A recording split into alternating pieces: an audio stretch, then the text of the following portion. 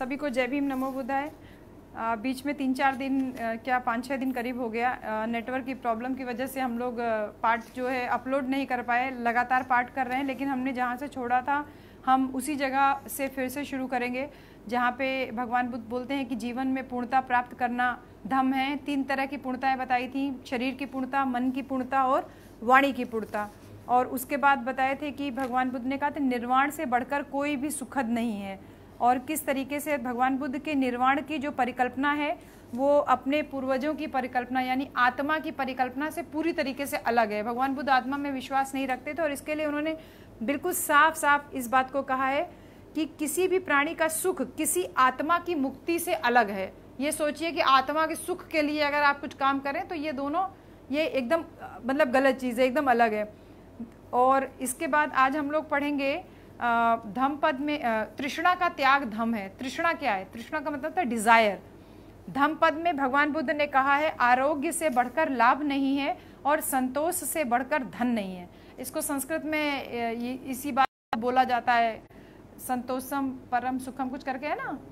तो आरोग्य से बढ़कर लाभ नहीं है और संतोष से बढ़कर धन नहीं। आरोग्य का मतलब क्या है? हम माता पिता की उम्र देखिए कितनी है, 70 साल 75 साल, लेकिन स्वस्थ है ना। इतने नहीं है कि डंडा लेके चल रहे हैं कि उनको एक आदमी उठा रहा है बैठा रहा है। आरोग्य से बढ़कर कोई भी लाभ नहीं है। इनको कंप्लेन होती है, उनको कंप्लेन होती है, दोनों कंप्लेन है, लेकिन दोनों की कंप्लेन कोई मायने नहीं, क्योंकि आप लोग स्वस्थ हैं। ये सबसे बड़ा आपके पास वरदान है, और आप अपने परिवार के साथ में हैं, ये संतोष है आपको। संतोष से बड़ा कोई धन नहीं है। होंगे कोई बहुत बड़े संपत्ति वाले, लेकिन जिसके साथ उसका परिवार साथ में रह रहा है उससे बड़ा धनवान व्यक्ति कोई भी नहीं है। छोटा छोटा एक परिवार में एक पुत्र ही केवल है, और उसके बावजूद माँ बाप से पुत्र अलग रह रहा है, तो ऐसे परिवारों में कितना बड़ा संतोष होगा। तो ये धम्मपद में भगवान बुद्ध की गाथा है, वो ये बोलती है कि आरोग्य से बढ़कर, यानी आप स्वस्थ हैं अगर, तो स्वस्थ से बढ़कर कोई सुख नहीं है भाभी। स्वस्थ रहना बहुत जरूरी है, तो उसके लिए जबान पे कंट्रोल रखना बहुत जरूरी है। चावल चीनी से बचे रहना बहुत ज्यादा जरूरी है। आरोग्य से बढ़कर कोई लाभ नहीं है, और संतोष से बढ़कर कोई धन नहीं है।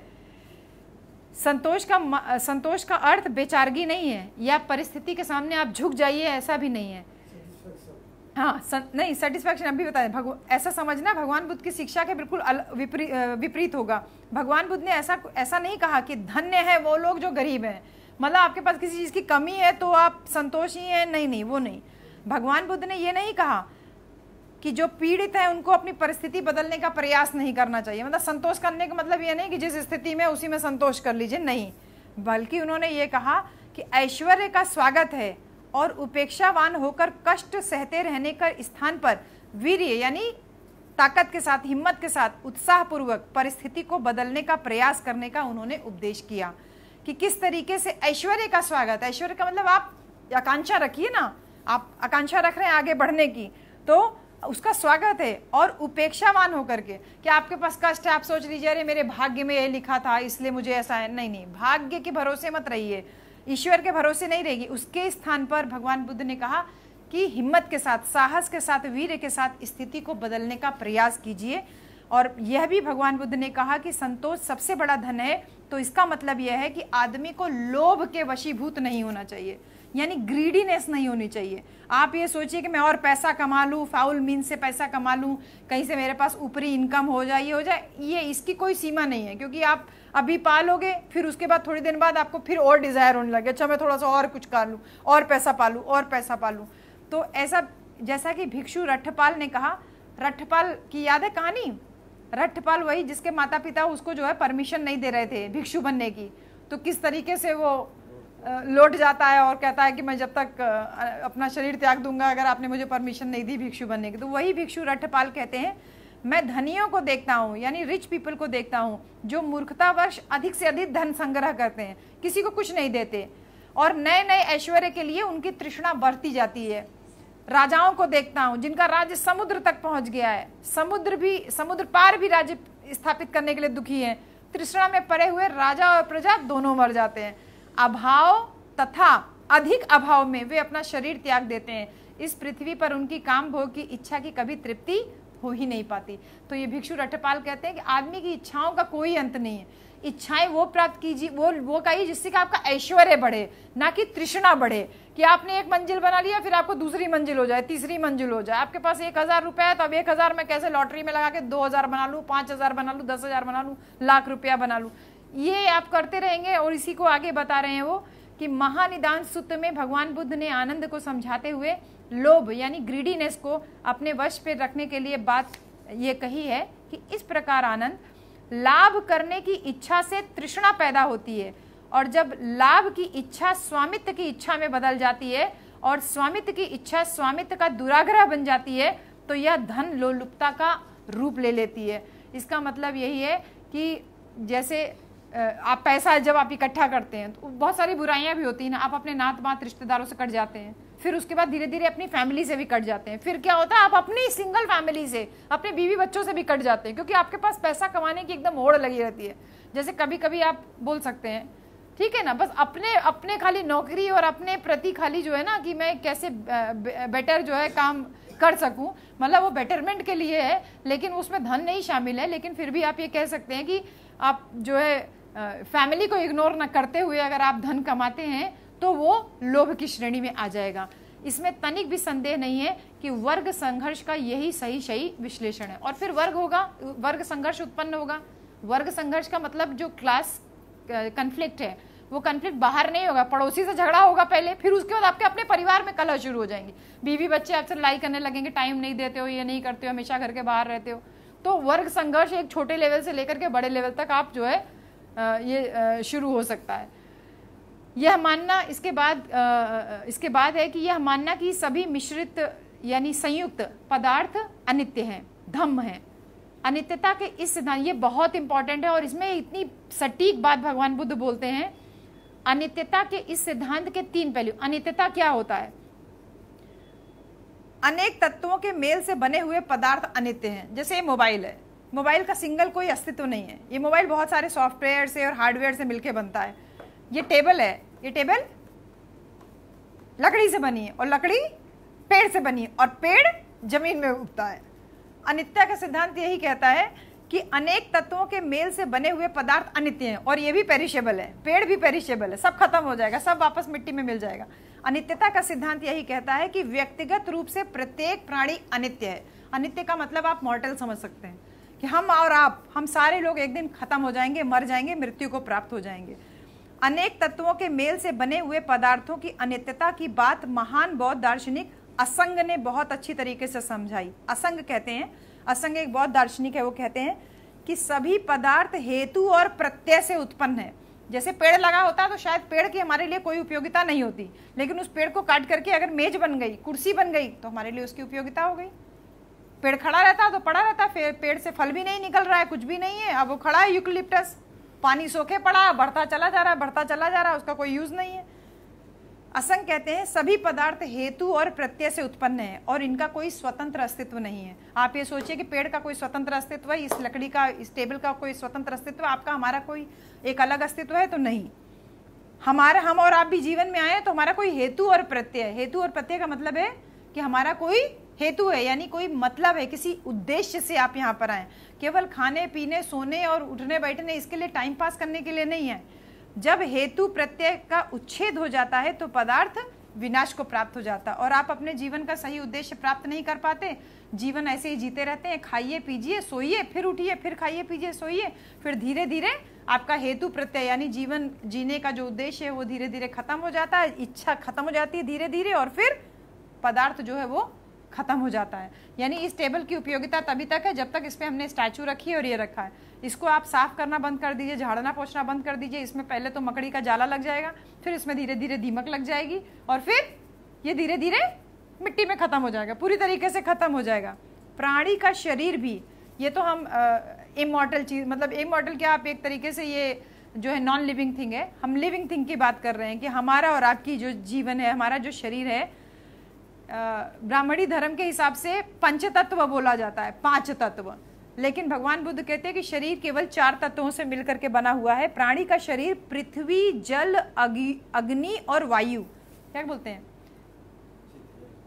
चित्त, क्षितिज, छित जल, जल, हाँ, तो क्षितिज जल पावज गगन समीरा। तो गगन का कोई रोल नहीं है, गगन का कोई रोल नहीं है हमारी बॉडी को बनने में। क्षिति, जल, पावक, पृथ्वी, पृथ्वी है, हम लोग मिट्टी में मिल जाएंगे, हमारा पैर हमेशा मिट्टी में रहता है, ठीक है। इसी मिट्टी से मतलब जमीन से हमें हमेशा करंट प्राप्त होता है। आप जमीन पे पाँव नहीं रखते हैं अगर, और जब आपको बहुत गर्माहट महसूस होती है तो आप चप्पल वप्पल उतार करके जमीन पे ही लेटना पसंद करते हैं। तो जमीन यानी पृथ्वी से ही हम सब उत्पन्न हुए हैं। जल, हमारी बॉडी का 70% वाटर, बॉडी में 70% वाटर है, तो जल है। अग्नि, भूख लगती है ना हमें, भूख लगती है तो आते ऐसे कुलबुलाने लगती हैं, भूख लगती है यानी कि पेट में अग्नि पैदा होती है। ऐसे ही शरीर में टेम्परेचर होता है 98.3 डिग्री, तो नॉर्मल टेम्परेचर हम लोगों का है, और जब टेम्परेचर बढ़ता है तो हमें बुखार हो जाता है, तो और जब टेम्परेचर कम होता है तो बॉडी धीरे धीरे ठंडी पड़ने लगती है। अग्नि और फिर वायु, हम हमेशा सांस लेते हैं और सांस छोड़ते हैं। यही 4 तत्व है जिनसे मिल करके शरीर बना है। लेकिन कुछ ग्रंथ ऐसे बोलते हैं कि उसमें गगन को भी जोड़ दिया गया है। गगन का हमारे शरीर को बनाने में कोई भी रोल नहीं है। इन 4 महाभूतों से विकसित हुआ है, और जब इन 4 महाभूत यानी कि पृथ्वी, जल, अग्नि और वायु में से कोई भी एक पदार्थ साथ छोड़ देता है, आदमी मर जाता है। वायु बंद हो जाए, वायु बंद हो जाए, मर जाएंगे। हाँ, पानी खत्म हो जाए, डिसेंट्री हो जाती है, डायरिया हो जाता है, हालत खराब होने लगती है ना, तुरंत डॉक्टर के पास जाते हैं, वो तुरंत आपको ग्लूकोज लगाता है, ग्लूकोज लगा के आपको पानी चढ़ाता है, डिहाइड्रेशन हो जाता है, ठीक है। तो आप पानी अगर खत्म हुआ, आप खत्म हो जाएंगे। इसी तरीके से अग्नि, अगर टेम्परेचर आपकी बॉडी का बहुत ज़्यादा हो जाता है तो आपको ब्रेन हैमरेज हो सकता है, आप मर सकते हैं। हाँ, बॉडी में टेम्परेचर बढ़ जाए। और इसी तरीके से पृथ्वी, यानी कि जमीन से आपको बराबर करंट मिलता रहता है, आप जमीन पे नहीं रहेंगे तो आप खत्म। इन 4 में से कोई भी एक भूत अगर खत्म होता है तो प्राणी जीवित नहीं रहता है। अनेक तत्वों के मेल से बनी हुई चीजें अनित्य होने का यही अभिप्राय। अनित्य होने का मतलब यही है कि 4 चीजें चल रही हैं आपकी बॉडी में, हम सबके बीच में, इसीलिए हम और आप जीवित हैं। इन 4 में से कोई भी एक चीज अगर नहीं रहेगी तो आप मर जाएंगे। यही अनित्यता का सिद्धांत है। जीवित प्राणी की अनित्यता की सर्वश्रेष्ठ व्याख्या यही है। ये लाइन बहुत ज्यादा इंपॉर्टेंट है, पेज नंबर 236 है, भगवान बुद्ध और उनका धम्म का, और लाइन ये जो लाइन नंबर है 9। जीवित प्राणी की अनित्यता की सर्वश्रेष्ठ व्याख्या यही है कि वह है नहीं, वह हो रहा है। आप ये कहिए कि आप हैं तो आप ये कह ही नहीं सकते कि आप हैं, आप तो हो रहे हैं ना। देखिए अभी आराम से बैठे थे, अभी देखिए पैर के ऊपर हो गया, अभी देखिए पैर एकदम नॉर्मल था, अब देखिए पैर हिलने लगा। हो रहे हैं ना, हो रहे हैं। अभी आप सीधे बैठे थे, अब आप ऐसे ऐसे कर रहे हैं, आप हो रहे हैं, आप हैं नहीं। अगर आप हैं तो आप टेबल हो जाएंगे। आयुष को भी नींद आ रही थी, अभी आयुष आंखें खोल लिया है। आयुष एक्टिव होने की कोशिश कर रहा है कि मुझे नींद ना आए, मुझे नींद ना आए। आयुष हो रहा है नहीं, आयुष हो रहा है। भैया देखो मुस्कुराने लगे, अभी एकदम जड़ बैठे थे, मुस्कुरा, ये हो रहा है, यही सब एक्टिविटी हो रहा है। देखो सत्तू के दांत निकलने लगे, ये हो रहा है। भाभी भी मुस्कुराने लगी, ये हो रहा है। आप है नहीं, आप हो रहे हैं, आप प्रतिक्षण बदल रहे हैं।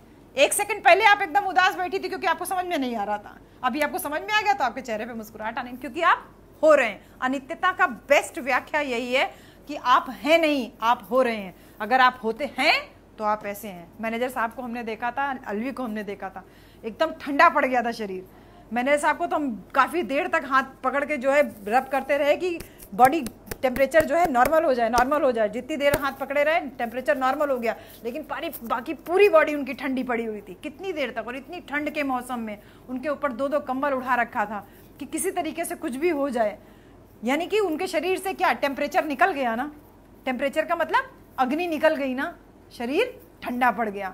तो वो हैं, वो थे उस समय, वो हैं, और वो हो नहीं रहे थे क्योंकि उनकी सांस नहीं चल रही थी, उनकी बॉडी में टेम्परेचर नहीं था। तो वो हैं अगर हो जाएगा तो आप जड़ हो जाएंगे। इसीलिए कहते हैं आप और हम हो रहे हैं। आप हर क्षण, आपकी आंखें ब्लिंक करती हैं, आप मुस्कुराते हैं, आप थूकते हैं, आप गाना गाते हैं, आप इधर उधर देखते हैं, गर्दन हिलाते डुलाते हैं, आप हो रहे हैं, आप हैं नहीं। ये अनित्यता की व्याख्या है।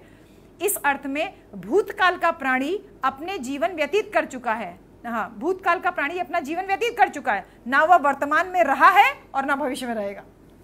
एक क्षण पहले आप पलथी मार के बैठी थी, अभी आपने पलथी से एक पैर ऊपर कर लिया। आपकी एक क्षण पहले की जो अवस्था थी वो चेंज हो गई। अभी भैया बहुत मुस्कुरा के इसको देख रहे थे, अब ये थोड़ा और समझने की कोशिश कर रहे हैं, गर्दन हिला रहे हैं। हाँ, एक क्षण पहले, यानी जो भूत था वो बीत चुका है, और भविष्य में क्या इनकी पोजीशन होगी पता नहीं। अभी टॉवल बांधे, बंधी रहेगी कि नहीं बंधी रहेगी पता नहीं, भविष्य का भी नहीं पता। जो है वर्तमान, और वर्तमान में भी है नहीं, हो रहे हैं। ना वर्तमान में रहा है, ना भविष्य में रहेगा। भविष्य काल का प्राणी रहेगा, लेकिन ना रहा है और ना रहता है। भविष्य में क्या होगा, भविष्य में तो रहेगा, लेकिन ना रहा है और ना रहा था। ये जो है भविष्य काल का प्राणी रहेगा, लेकिन ना रहा है और ना रहता है। भविष्य का नहीं पता है, इसीलिए भविष्य का जो प्राणी है वो वर्तमान में ना रहा है और ना रहता है। वर्तमान काल का प्राणी रहता है, लेकिन ना रहा है और ना रहेगा। कितनी बेस्ट व्याख्या है। वर्तमान काल का प्राणी, वर्तमान काल का प्राणी रहता है, लेकिन ना रहा है और ना रहेगा। वर्तमान काल का प्राणी यानी वर्तमान में अभी हम खाना खाएंगे तो ये हमारा वर्तमान है, वो भविष्य है, खाना खाएंगे, लेकिन वर्तमान में हम रह रहे हैं तो ये ना है ना रहेगा। ना तो आप जड़ हैं, ना तो आप जड़ हैं क्या, ना हैं और ना होंगे, बल्कि हम हो रहे हैं। हो रहे हैं मतलब हम प्रतिक्षण सांस ले रहे हैं, हम प्रतिक्षण बदल रहे हैं, हो रहे हैं। इस अनित्यता, हाँ, संक्षेप में ये कहें कि मानव निरंतर परिवर्तनशील है। हम लगातार चेंज होते रहते हैं, निरंतर संवर्धनशील है। वह अपने जीवन के दो भिन्न क्षणों में भी वही एक सेम नहीं है। देखिए देखिए, इससे पहले सीधे बैठे थे, अभी खांसी आ गई, तो एक क्षण पहले वाला तो भूत में हो गया ना, अब ये वर्तमान आ गया। अब ये होठ ऊपर नीचे कर रहे हैं, ये वर्तमान हो रहे हैं, ना तो ये थे और ना होंगे, ये हो रहे हैं, हो रहे हैं, ये वर्तमान है। यही है कि मानव निरंतर परिवर्तनशील है। आप एक पोजीशन में लगातार नहीं बैठ सकते, निरंतर परिवर्तनशील है और संवर्धनशील भी है। आप हमेशा ऊंचा सोचते हैं कि हम इससे आगे निकलेंगे। हम लोग यही, हम लोग को माँ बाप ने क्या सिखाया, पापा ने यही कहा था, मुझे बहुत अच्छे से याद है। पापा ने हमेशा ये कहा कि जब हमने जिस डेट को मैंने नौकरी ज्वाइन किया था सैनिक स्कूल में, वही डेट को पापा रिटायर हुए थे, उसके एक हफ्ता पहले। हाँ, उसी मंथ में पापा को रिटायर होना था। 31 अगस्त को मेरी पहली सैलरी मिली थी और 31 अगस्त को पापा की आखिरी सैलरी मिली थी। 31 अगस्त 2003 को पापा रिटायर हुए, आखिरी सैलरी ये लेकर के आए और अपने जीवन की पहली सैलरी मैं लेकर के आई। पापा ने बहुत खुश होकर के कहा कि बेटा, जिस पे स्केल पे मैं रिटायर हुआ, तुम उस पे स्केल पे शुरू कर रही हो। ये बात आपने बोली थी मुझे, पहला लाइन ये बोला था उस सैलरी को देख करके। तो ये बोले कि ये यहीं पे तुम स्टॉप नहीं करना, तुम्हें इससे बेटर जाना, क्योंकि तुम्हारे अंदर वो कैपेसिटी है कि तुम केवल सैनिक स्कूल या इस पे स्केल तक ही नहीं तुम्हें सीमित रहना, तुम्हें इससे आगे जाना है। तो वो आगे जाना दिमाग में था, इसलिए हम उससे आगे लगातार संवर्धनशील, हम उससे और बेटर, परिवर्तनशील तो थे ही, संवर्धनशील, हमें उससे और आगे जाना था, संवर्धन करना था, हमें और आगे ऊंचाइयों को छूना था, तो हमने उसको एम बनाया। तो हम निरंतर परिवर्तनशील हैं, यही अनित्यता का सिद्धांत है। आप कभी भी दो क्षण में, दो समय में, एक समय में दो, मतलब आप एक समान नहीं रह सकते। किसी भी एक क्षण में आप एक समान नहीं रह सकते, आप लगातार बदल। अभी आप पलथी मार के बैठे थे, देखिए आपका पैर पसर गया, एक क्षण में ही आपका जो है पोजीशन बदल जा रही है। यही ये जो है बहुत मतलब साधारण है कि दो भिन्न क्षणों में भी आदमी वही नहीं है। फिर भगवान कह रहे हैं इस अनित्यता के सिद्धांत का एक तीसरा पहलू है, जो तीसरा पहलू एक आम आदमी की समझ में थोड़ा सा कम आने वाला है। ये बहुत आसान है कि आदमी को एक दिन मर जाना है, ये सबको बहुत आसानी से समझ में आ जाता है, लेकिन यह समझ सकना उतना सरल नहीं है कि किस तरीके से एक प्राणी जीवित रहते हुए भी परिवर्तित होता रहता है। मैंने आपको एग्जाम्पल देके बताया, इसलिए आप लोगों को ये बात समझ में आ गई। देखिए पैर मुड़ने लगा ना, चेंज हो रही ना पोजीशन, यानी कि आप यही चीज भगवान बुद्ध बता रहे हैं। ये बात को समझना आसान नहीं है, ये तो आसानी से सब कोई समझ लेता है कि एक दिन हम सब मर जाएंगे, लेकिन देखिए प्रत्येक क्षण अवस्था बदल रही है, यानी आप प्रत्येक क्षण पेरिश होते जा रहे हैं, आप प्रत्येक क्षण बूढ़े हो रहे हैं। एक क्षण पहले आपकी आयु 1 मिनट पहले से 1 मिनट ज्यादा हो गई ना आयु। हम सब जन्मदिन पे बहुत खुशी मनाते हैं, लेकिन एक्चुअली तो हमारी उम्र 1 साल कम ही हो जाती है उस दिन। तो भगवान बुद्ध यही कहते हैं, आपको अनित्यता पता नहीं, इसलिए हम सब खुशी मनाते हैं, हम भी खुशी मनाते हैं कि आज हमारा जन्मदिन है, सब हमको बहुत बधाई देते हैं, लेकिन वो एक्चुअली बधाई वाला अवसर नहीं होता है, वो हमें हर क्षण याद दिलाता है कि ये अनित्य है। और फिर बस ये 2-4 लाइन और है भगवान जो आगे कहते हैं यह सरल नहीं है कि आदमी किस तरीके से एक जीवित प्राणी लगातार परिवर्तित होता रहता है, यह कैसे संभव है। तो भगवान बुद्ध ने उत्तर दिया, यह इसलिए संभव है क्योंकि सब कुछ अनित्य है, और इसी अनित्यता को सिद्धांत को आगे जाकर के शून्यवाद कहा जाने लगा। बौद्ध शून्यता का अर्थ पूर्ण निषेध नहीं है। इसका मतलब ये नहीं है कि शून्यता का मतलब ये नहीं कि आप संसार को अनित्य मान लीजिए और सब काम करना, धंधा बंद कर दीजिए कि एक दिन तो मर ही जाना है। शून्यता का सिद्धांत ये कहता है कि एक दिन तो आदमी मर जाना है, लेकिन भगवान बुद्ध ये नहीं कहते हैं कि तुम हाथ पे हाथ धर के बैठ जाओ कि तुमको एक दिन खत्म हो जाना है। बहुत कम लोग इस बात को समझ पाते हैं कि शून्यता के कारण ही सब कुछ संभव है, इसके बिना संसार कुछ भी नहीं रहेगा। अगर आपको भूख ना लगे तो आप में से एक भी कोई काम करने को तैयार नहीं होगा। सिर्फ हमको भूख लगती है, इसलिए हमको खाने की जरूरत होती है, और जिस खाने की जरूरत होती है उस खाने को आपको या तो खरीद के लाना होता है या तो आपको पैदा करना होता है। ये भगवान बुद्ध आगे बोल रहे हैं, यदि पदार्थों में सतत परिवर्तन ना हो, वो स्थायी रहें, यानी अगर हमें भूख ना लगे तो हम जड़ हो जाएंगे ना, जैसे ये ऐसे हो जाएंगे मेज के जैसे, इसको ना भूख लगती है ना प्यास लगती है, ये ऐसे ही रह जाएगा। वो कह रहे हैं कि ना वो स्थायी और अपरिवर्तनशील रहे, तब एक रूप से दूसरे रूप में जीवन का सारा विकास और जीवित प्राणियों का सारा परिवर्तन पूरी तरीके से रुक जाएगा। हमको भूख लगती है तो हम खाना तलाशते हैं, खाने के लिए या तो पैदा करते हैं या तो खरीद के लाते हैं, और जब हम खरीद के लाते हैं तो उस खरीदने के लिए आपकी जेब में पैसा जो आता है, वो पैसा आप जब तक मेहनत नहीं करोगे तब तक आपके पास पैसा नहीं आएगा। तो आपको लगातार परिश्रम करते रहना पड़ेगा। तो इसीलिए तो जब परिश्रम करोगे तो आप परिवर्तनशील होगे, आप बाहर निकलोगे। यदि आदमी मर जाते या उनमें परिवर्तन आ जाता किंतु वे उसी अवस्था में अपरिवर्तित रहते तो उसका क्या परिणाम होता? मानव जाति की प्रगति पूरी तरीके से रुक जाती। हम सारे लोग मर जाएं, सारे लोग मरे पड़े रहेंगे ना, कोई उठेगा नहीं एक दूसरे को उठाने के लिए, सब पड़े रहेंगे। और सभी लोग जीवित रहें, किसी को भूख ना लगे तो भी सब खाली दिन भर इधर उधर बैठे रहेंगे ना, कोई काम तो होगा नहीं, कुछ भी काम नहीं होगा, क्योंकि हमें भूख ही नहीं लग रही ना, तो हमें कुछ चीज का एहसास ही नहीं हो रहा है। फिर यदि शून्य का अर्थ अभाव या खालीपन मान लिया जाए तो कई कठिनाइयां उत्पन्न हो जाएंगी, किंतु ऐसा नहीं है। शून्य एक बिंदु के समान है जो कि एक पदार्थ है जिसकी ना कोई लंबाई है ना कोई चौड़ाई। भगवान बुद्ध का यही उपदेश था कि सभी पदार्थ अनित्य हैं, और इसीलिए ये जो है संपत्ति के प्रति अनासक्ति, संबंधियों, मित्रों, परिचितों के प्रति अनासक्ति, भगवान बुद्ध ने कहा सभी चीजें अनित्य हैं। और इसका अर्थ मतलब अनित्यता को कहा जाए अगर तो जैसे अनासक्ति है, अनासक्ति का मतलब होता है इग्नोरेंस। इग्नोरेंस मतलब ये नहीं कि भूख लगी है तो भूख मार के बैठ गए, नहीं, इग्नोरेंस। ये क्यों है अनित्य? हाँ, नॉन अटैचमेंट, डिटैचमेंट भी बोल सकते हैं, नॉन अटैचमेंट भी बोल सकते हैं।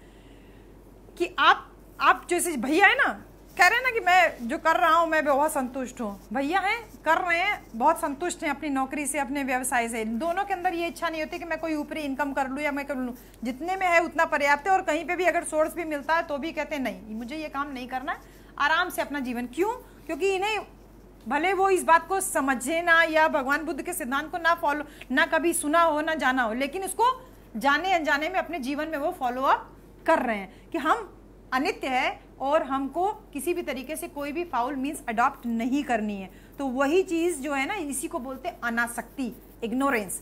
तो ये अनासक्ति अभी लोभ और लालच के प्रति है कि हम कोई लोभ लालच नहीं रखेंगे, किसी तरीके का गलत तरीका नहीं अपनाएंगे पैसा कमाने के लिए आजीविका, यानी सम्यक आजीविका और सम्यक कर्मांत वाला काम कर रहे हैं। और इसी तरीके से संबंधियों और परिचितों के प्रति भी अनासक्ति रहे कि कोई अगर हमें छोड़ के चला जाए, जैसे बाबू हमें छोड़ के चली गई थी, हम सारे लोग कितना ज़्यादा परेशान थे, हम लोगों को लग ही नहीं रहा था कि हम कभी उस दुख से बाहर निकल पाएंगे। आज भी जब भी खोल लेते हैं फोटो तो हमें खुद, क्योंकि हम उस आसक्ति वाले से अनासक्ति पे नहीं आ पाए हैं, हम खुद भी रोने लगते हैं। लेकिन वो कहते हैं कि भगवान बुद्ध कहते हैं कि मित्रों, संबंधियों, सबके प्रति अनासक्ति का भाव पैदा कीजिए, क्योंकि सभी पदार्थ अनित्य है। एक ना एक दिन हम सभी लोग एक दूसरे को छोड़ करके चले जाएंगे। तो ऐसे बन जाइए कि न दूसरे के दुख से आप बहुत ज़्यादा दुखी हो और न दूसरे के सुख से अपने आप को बहुत ज़्यादा सुखी रहें। आप एकदम न्यूट्रल होकर के जीवन जिए, मध्यम मार्गी होकर के जिए कि आपका जीवन एकदम सुचारू रूप से चलता रहे। यही अनित्यता का सिद्धांत है। और सबसे इम्पॉर्टेंट, हमने पूरी पुस्तक पढ़ी, सबसे इम्पॉर्टेंट मुझे यही एक लाइन लगी कि आप हैं नहीं, आप हो रहे हैं। और व्यक्ति जो है ना, ये बोलते हैं अनित्यता का शॉर्ट में है कि मानव निरंतर परिवर्तनशील है, वह अपने जीवन के दो भिन्न क्षणों में भी वही नहीं है। कितनी बड़ी बात है ये, दो भिन्न क्षणों में भी वही नहीं है। यही भगवान बुद्ध का जो धम्म का सार संक्षेप है वो इसी एक लाइन में है कि हर दो क्षण में आप सेम नहीं हैं, और यही आप चीज़ समझ लीजिए तो आपका जीवन बहुत सरल हो जाएगा, आप सभी तरीके से आसक्तियों से दूर हो जाएंगे। तो इसके आगे हम लोग कल जारी रखेंगे।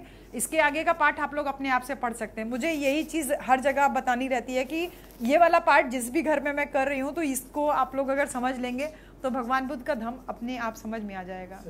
तो एकदम सही जो दर्शन है, इसको आगे शून्यवाद कह दिया गया है, लेकिन वास्तव में इसको अनित्यता का सिद्धांत ही बोला जाता है। तो बाकी हम लोग कल जारी रखेंगे। नेटवर्क आता रहेगा, तो यहाँ पे तो खैर नेटवर्क आ रहा है। तो सभी को जय भीम, नमो बुद्धाय।